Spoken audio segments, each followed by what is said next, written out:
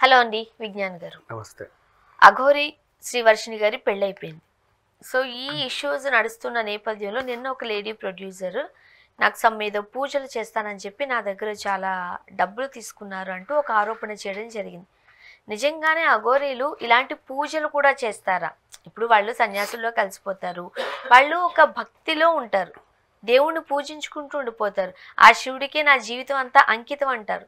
But వీళ్ళు కూడా వచ్చి పూజలు చేయడం ఇలాంటివి చేస్తూ ఉంటారా? అవి నిజమేనా? సో 1 సెకండ్, ఇక్కడ జరిగిన సిచ్యువేషన్ ఫస్ట్ చెప్దాం.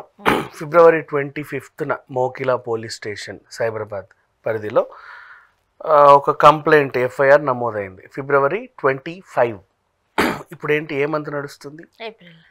రైట్ నా 25కి ఇంకో 4-5 రోజులు ఉంది, మహా అయితే 10 రోజులు. మార్చ్, ఏప్రిల్, సుమారుగా 50 రోజుల పైన, 55 రోజులు అయ్యింది. నెక్స్ట్ నౌ మన శంకర్పల్లి దగ్గర ప్రొద్దుటూరు అని ఒక చిన్న విలేజ్ ఉంటుంది. అంటే మనం ఆంధ్రప్రదేశ్ ఆ పెద్ద ప్రొద్దుటూరు కాదు, ఇక్కడ ఒక ఊరి పేరు. అక్కడ సింగాపూర్ అని కూడా ఒక ఏరియా ఉంటుంది, వెరైటీగా ఉంటుంది. ఇప్పుడు పటాన్చేరు నుంచి నువ్వు శంకర్పల్లి వెళ్తున్నావు అనుకో, ఆర్డినెన్స్ ఫ్యాక్టరీ రూట్లో, బీడిఎల్ ఆర్డినెన్స్ ఫ్యాక్టరీ, సింగాపురం అని ఒకటి ఉంటుంది, సింగాపూర్. ఇంకా ఊరి పేరేమో ఇదే ప్రొద్దుటూరు. ఇట్లా మనం పెద్ద పెద్ద సిటీల పేర్లను అక్కడ చిన్న చిన్న గ్రామాలకు పెట్టారు, కొంచెం డిఫరెంట్గా ఉంటాయి. అక్కడికి చెందినటువంటి ఒక లేడీ ప్రొడ్యూసర్ అఘోరికి అప్పటి నుంచి 6 నెలల క్రితం పరిచయం అయింది. అంటే సెప్టెంబర్ అలా పరిచయం పెంచుకొని ఉండాలి. ఫిబ్రవరిలో కేసు పెట్టింది, 6 నెలల క్రితం పరిచయం అయింది. పరిచయమైన 2 నెలలకి ప్రగతి రిసార్ట్స్లో ఏదో భోజనానికి వచ్చారు. వచ్చిన తర్వాత అక్కడ ఇంకా పరిచయం పెంచుకొని ఫోన్లు మార్చుకొని సేమ్ మన వర్షిణి అండ్ రాధే రాధేలాగా కొంచెం క్లోజ్ అయ్యారు, కష్ట సుఖాలు పంచుకున్నారు. నా జీవితం అంతా ఏదో అయిపోయింది, నన్ను తీర్చిదిద్దు అని ఈవిడ చెబితే నీకు యోని పూజ చేస్తాను అని చెప్పింది. ఉంటాయి అలాంటి పూజలు? ఏమో, ఆవిడ చేయించుకుంది, ఈవిడ చేసింది. ఉండేది లేని నాకైతే తెలియదు, నేను ఎప్పుడు చేయించుకో.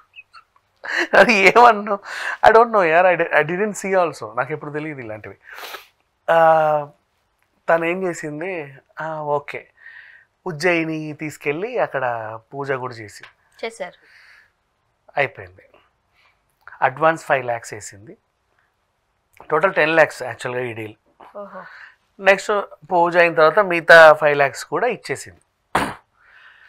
సో యాక్చువల్గా యోని పూజలు చిల్లా చితకా బాబాలతో చేయించుకుంటారు. నువ్వు ఇంత పెద్ద అఘోరితో చేయించుకున్నావు కాబట్టి అఘోరి ఫీ అని ఒకటి ఉంటుంది కదా, ఇంకో 5 లక్షలు ఇవ్వని ఈవిడ అడిగిందట.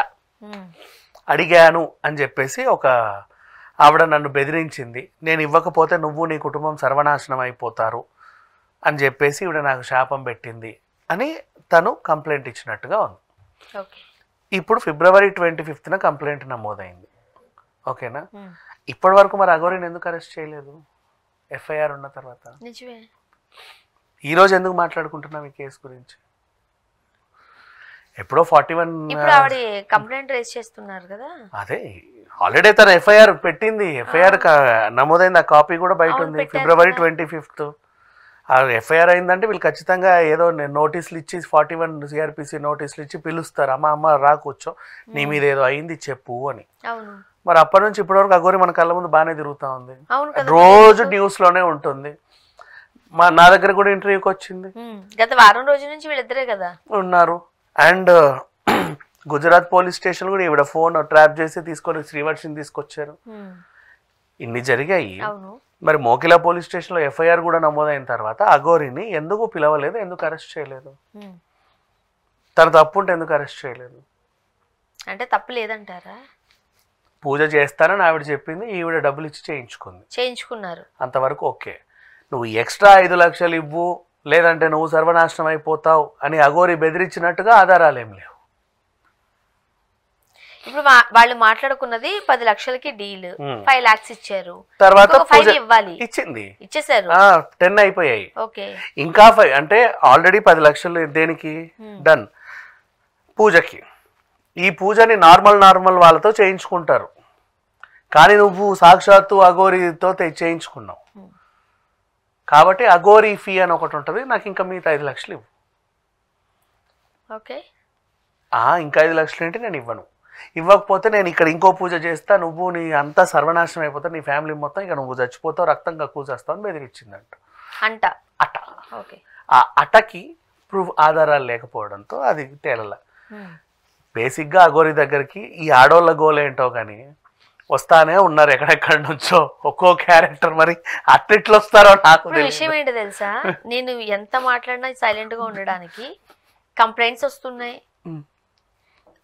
ఆమెను నిందించే వాళ్ళు ఉన్నారు, ఆరోపించే వాళ్ళు ఉన్నారు, ప్రూఫ్ చేయలేకపోతే చేసేది తప్పు అని చెబుతున్న వాళ్ళు ఉన్నారు. ప్రూఫ్స్ విషయం పక్కన పెట్టేస్తే మళ్ళీ ఆ సందర్భం ఈ సందర్భం వచ్చింది అనుకో మనమే కూర్చోబెట్టి మాట్లాడేలా కనిపిస్తుంది. నెక్స్ట్ మళ్ళీ ఇంకొకటి, అఘోరి దగ్గర అన్ని ఆధారాలు ఉంటాయి. ఏంటంటే నీ దగ్గర డబ్బులు ఎప్పుడు కూడా చేతిలో తీసుకోదు, అకౌంట్ నెంబర్ ఇచ్చి అకౌంట్ ట్రాన్సాక్షన్ చేయించుకుంటాయి.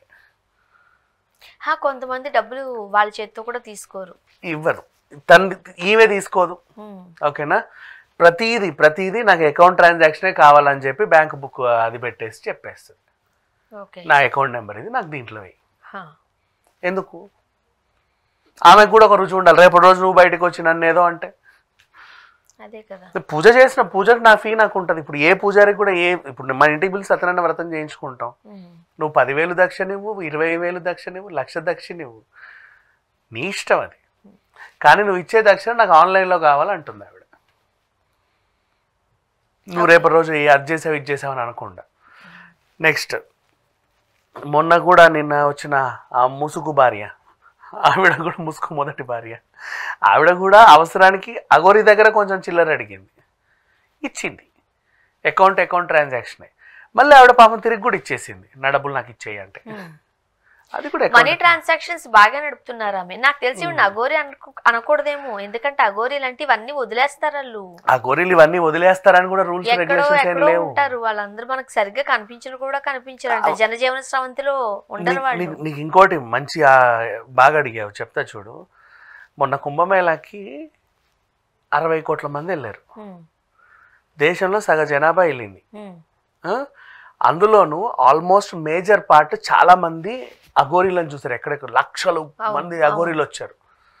ఓకేనా, కుంభమేళాకి వెళ్ళిన మన వాళ్ళందరూ వ్లాగ్స్ తీసి పెట్టారు, మేము కుంభమేళా వెళ్తేనా ఇక్కడ ఆగాం అక్కడ ఆగాం అని చెప్పేసి. నీకు ఏ రూట్లో కూడా అఘోరీలు బస్సుల్లో కానీ నడుచుకుంటూ కానీ వ్యాన్లలో కానీ ఆటోలో కానీ వచ్చింది లేదు. కానీ కుంభమేళాకి ఎలా వచ్చారో తెలియదు, మళ్ళీ అక్కడ నుంచి ఎలా వెళ్ళిపోయారో కూడా తెలియదు. వాళ్ళ దగ్గర ఏవో పవర్స్ ఉంటాయేమో, ఎలా వచ్చారో తెలియదు, ఎలా పోయారో తెలియదు. అన్ని రూట్స్ని మన యూట్యూబ్ వ్లాగర్స్ కవర్ చేశారు. నువ్వు ఒక్క వ్లాగ్లో కూడా నీకు వెనకాల ఒక అఘోరి కనబడదు, అఘోరా కనబడ్డు. అఘోరి అంటున్నాము, నాకు ఇంకా అసలు అఘోరీలే ఉంటారేమో అనుకుంటున్నా, మనకి పదం అలవాటైపోయింది. ఏ అఘోరాలు కూడా నీకు కనపడలా మోస్ట్లీ. కానీ అక్కడికి వెళ్తే అసలు కోట్లు, ఆ బాబా ఈ బాబా, సాఫ్ట్వేర్ బాబా, 7 అడుగుల బాబా, రకరకాల బాబాలని చూసాం. చాలా మంది అంటే పేరు గెటప్పులు లేని నార్మల్ అఘోరాలను కూడా చాలా మందిని చూసాం, సాధ్వులని, నాగసాధులని చూసాం. లక్షల మంది వచ్చారు, వాళ్ళ బట్టలు వాళ్ళ వేషధారణలో. కానీ ఎలా వచ్చారో తెలియదు, ఎలా వెళ్ళారో తెలియదు. That is what. అంతే. సో ఈ కేసు మళ్ళీ ఆమెకి మరి ఏమవుతుందో చూడాలి. ఆమె స్పందన అయితే లేదు ప్రస్తుతానికి. ఆమె పెళ్లి చేసుకుని ఆ సంతోషకరమైన February 25 కేసు మరి అది రుజువైతే ఈ పాటికి అరెస్ట్ అయ్యి అఘోరి జైల్లో ఉండాలి, 14 రోజులు రిమాండ్ లో. పెళ్లి చేసుకుని సంబరాలు చేసుకుంటా లైవ్ లోనే కదా, ఎక్కడికి పారిపోతా. అవును, బాగానే తిరుగుతుంది ప్రపంచంలో. చూద్దాం. Thank you.